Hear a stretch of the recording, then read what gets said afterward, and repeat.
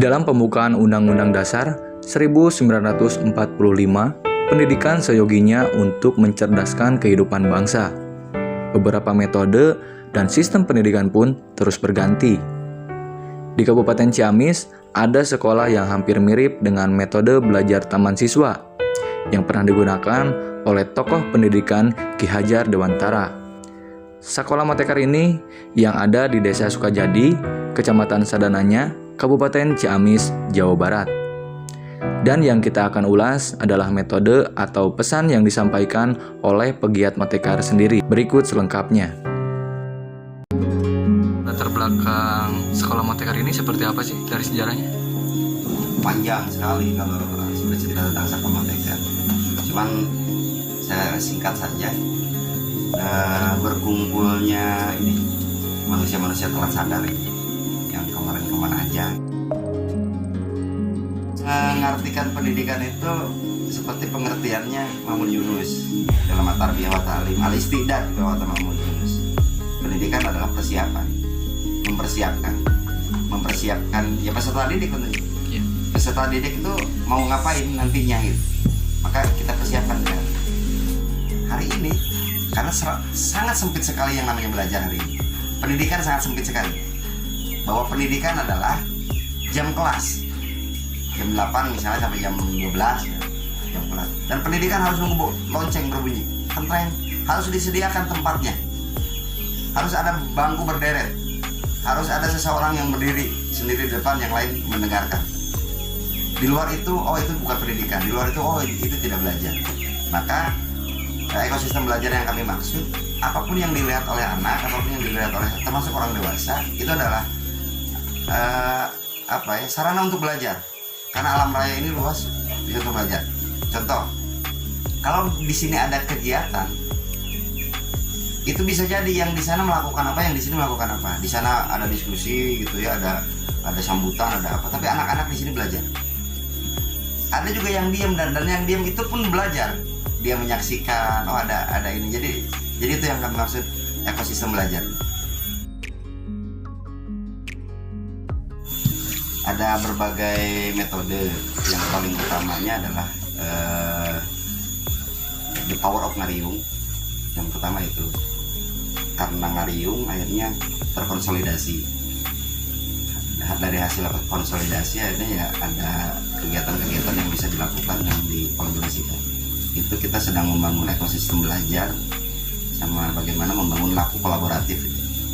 Dan itu semua tidak akan terjadi tanpa adanya riungan.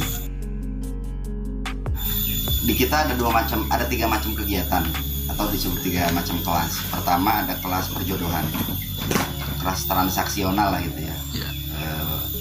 Bukan transaksional dalam materi, tapi siapa yang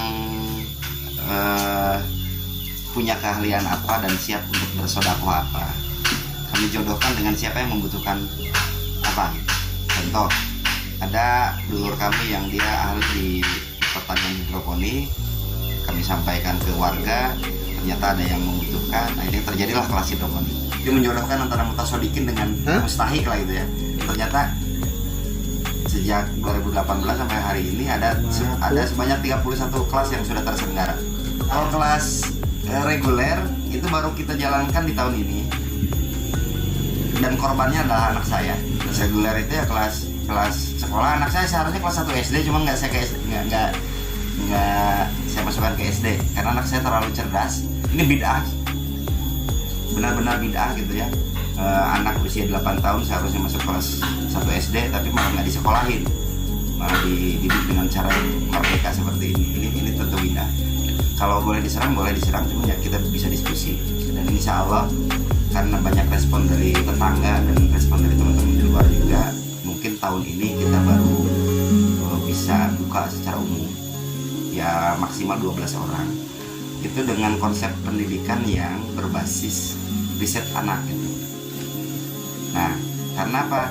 Berbicara tadi kalau pendidikan adalah mempersiapkan, maka persiapannya ini adalah kebutuhan anak. Nah, kita sebagai fasilitator harus bisa memfasilitasi ini kira-kira anak ini butuhnya apa. Jadi sudah pasti cara belajar di sini tidak seragam. Ya kalau hayalannya, tapi kok nggak tahu ya, saya nggak sih kalau disebut pesimis. Ya kalau harapannya ya segera lakukan inovasi-inovasi pendidikan. Idenya satu, hashtag yang kemarin dibuat oleh pemerintahan pusat ya, hashtag Merdeka Belajar. Yuk kita terjemahkan bersama dan bagaimana teknisnya. Kami harapkan output dari ekosistem belajar ini nantinya seseorang akan otentik dengan dirinya, dia punya kapasitas yang sesuai dengan dirinya. Cuman semampu-mampunya dia dalam sebuah bidang tetap nggak bisa sendiri.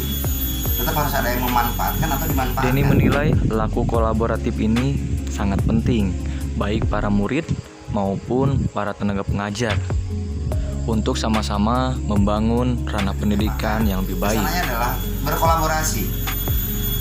Nah, tadi kalau ada hubungannya, kalau kami hubungkan dengan the power of ngariung, kenapa kami ngariung? Sebab dalam riungan itu kami menyadari sebanyak apapun pekerjaan yang sudah dilakukan, jumlahnya jauh lebih sedikit dibanding yang belum dilakukan kan itu. Artinya ini menyesuaikan antara satu bidang, satu individu, satu keahlian itu harus berkolaborasi dengan keahlian yang lain. Ada satu lagu wajib di sini, lagunya dari Marginal. Belajar sama-sama, bertanya sama-sama, kerja sama-sama. Nah di bait yang kedua, semua orang itu guru, alam raya sekolahku, sejahteralah bangsa, sejahteralah bangsa. Lawang kan di kita udah terlanjur kali ya, tokoh pendidikannya Ki Hajar Dewantara, tapi sistem pendidikannya Denles yang dipakai.